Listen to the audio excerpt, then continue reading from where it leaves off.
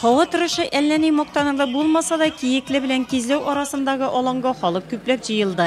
Иртән башланган бәйрәм атмосферасы көне буена дәвам итте. Сабантуй бәйрәмебез иң яраткан бәйрәмебез. Мин сезне шул бәйрәмебездән котлыйм. Сезгә исәнлек телим. Гаилә бәхете, балалар бәхете. Шунда ук Равил Кузюров авыл җирлегенә 50 мең сумга сертификат тапшырды. Киекледә Сабантуйның бер елында графиктан төшеп калганы юк, һәм ул елның елында юмарт спонсорлар ярдәме белән уздырыла. Шуңа да Сабантуйның бу елгысында авыл җирлеге башлыгы Рафис Ганиев кунак аша кара каршы дигәндәй үзе дә бәйрәмне оештыруга өлеш керткән һәркемгә бүләкләр өләште. Театральләштерелгән тамаша, традицион Сабантуй уеннары, конкурслар барысы да авыл халкының киң катнашында узды. Ат чабышларын яратучылар исә аерым мәйданга ашыкты.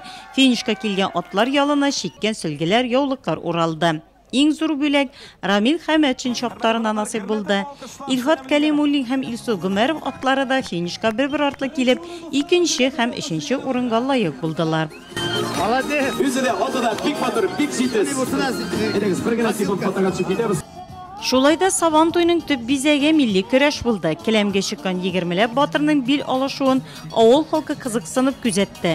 Башка елларда аермалы буларак быел Сабантуй батырлары эш үлчәү категориясендә билгеләнде.